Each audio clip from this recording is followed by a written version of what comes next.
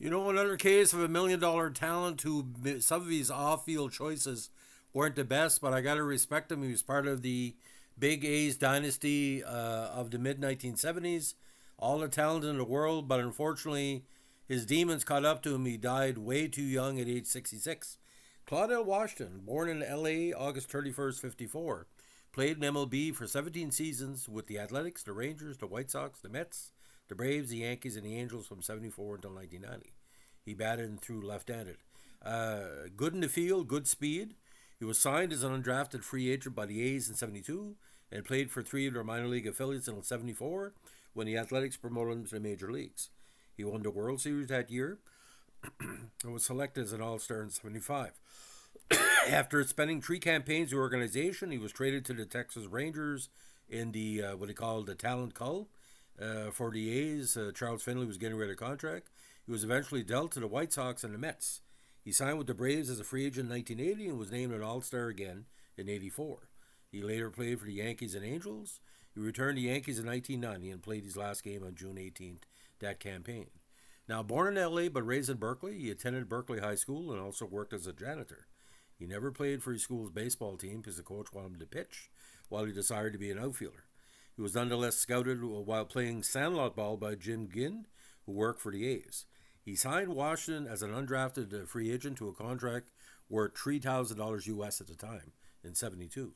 Now, one of the youngest All-Stars in Major League history when he was named to the 1975 American League All-Star team at the age of 20. The phenom finished fifth in the AL in batting with a mark of 308 and second in stolen bases with a total of 40. Prior to the 77 season, Washington was traded to the Rangers for Cool Breeze, second baseman Rodney Scott, and left-hand pitcher Jim Umbarger. Now, Washington was dealt along with Rusty Torres from the Rangers to the White Sox for Bobby Bonds on May 16, 78. After struggling that campaign, both before and after the trade, he bounced back with a solid 79 campaign. He was traded once again midway through the following season to New York Mets for a minor leaguer. Now, speed was Washington's main ally, but he was also capable of showing outbursts of power. On July 14, 79, while playing for the Sox, Washington hit 3 home runs in one game. He repeated this feat on June 22, 1980, while playing for the Mets. He became the third player to hit 3 home runs in a game in both the AL and National League after Babe Ruth and Johnny Mize. Now, when he became a free agent after the 80 season, he signed with the Braves before the 81 season. He spent the next 5.5 seasons with the Braves, leading to win the division title, and was named NL Player of the Month in September 82, and was named again to the All-Star team in 84, 9 years after his first appearance. Now, unfortunately, in 85, he was one of a number of players that caught up in the Pittsburgh drug trial scandal.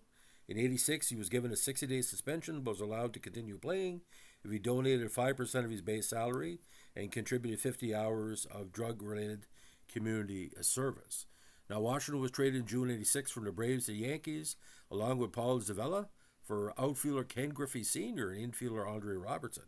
He re-signed with the Yankees after the 86 campaign and spent 2 more years there. In April 88, he hit the Yankees' 10,000th franchise home run. After the 88 season, he once again became a free agent and signed a contract with the Angels. Washington was yet a part of yet another midseason trade in April 1990 when he was traded back to the Yankees, along with Rich Monteleone for outfielder Louis Polonia. Washington was eventually released by the Yankees and retired following the 1990 season.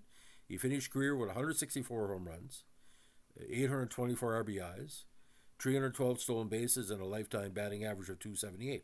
Now, you're wondering to yourself, Washington was a very good player, but who gave him the most trouble in Major League history? Well, it was Nolan Ryan. Now, Washington, according to stats through Baseball Reference, struck out 39 times against Ryan, which was more times than any other batter. So it was a case of bat speed versus speed, and bat speed loss. Now, Washington died on June 10, 2020 at a hospital in the East Bay. He was 65 and had been suffering from prostate cancer since 2017. He chose to stop treatment the following year. Now, game footage of Washington with Atlanta appears in the 86 movie Ferris Bueller's Day Off. In the film, Washington hits a foul ball at a Cubs game, which is caught by the film's title character, who was supposedly sick at home from school. The footage was taken from a game played on June 5th, 1985. Now, when I first watched Washington come up, boys, he was smooth. The idea is you had a chance with Washington to kind of encourage Reggie Jackson to stay because Reggie liked mentoring the young players on the team, and it was a buffer with Reggie against the other players on the team who felt he was too egotistical. So having another black man in the outfield with him, made a lot of sense. But it just didn't work out. And the amount of times he was traded, I don't know if he was a trouble or they saw him as disposable, but he had bat will travel, as we say. So with the A's between 74 and 76, the Rangers 77, 78, White Sox 78 to 80, Mets 1980, Braves 81 to 86, Yankees 86 to 88, Angels 89 to 90, and back with the Yankees in 1990. So rough stats don't tell the whole thing, but we're going to look at it just to be sure because that's part of our business here because we want to give you as a listener to these blogs more of indication.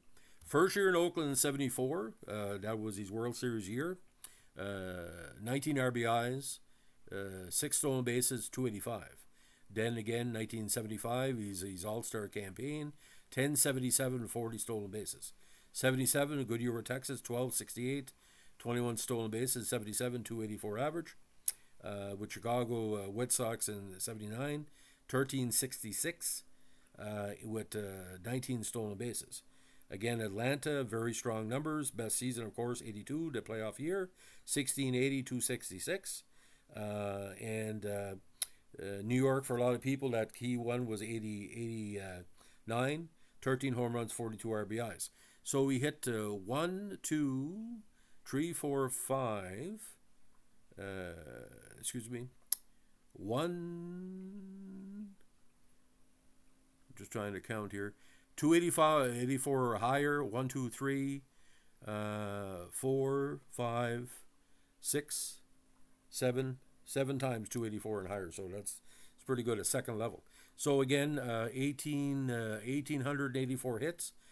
Tremendous total, 278 batting average. So he was around that general area. And again, 312 stolen bases, which leaves him high up in the stolen base rank. 824 RBIs and 69 triples. So Claudell, talent to burn, and I do miss him because one of the first baseball cards I got of the A's of the 75 team, the double color cards, I'm going to show them in the podcast, was Claudell, and like I said, I do miss him because every time I would turn on the TV in the 70s and 80s, it was another team, and it would start off like this: former World Series champion with the A's, Claudell Washington, has joined such and such. Too bad he never played with the Expos or Blue Jays. He would be well at home because we loved him in Canada. So that's the story of the legend. It is a legend. By the way, people criticize the term legend. I think anybody who makes Major League Baseball is a legend because only a certain percentage of the world has ever made Major League Baseball. If that doesn't make you a legend, what does? And if you don't like it, fuck off. If you're coming on here criticizing one word in a 14-minute podcast, go get your trolling someplace else. I wouldn't put up with you in public, so if you're doing that on my channel, go fuck yourself. By the way, if you don't like what I'm saying, get another channel. Change the channel. Thanks for listening. Bye.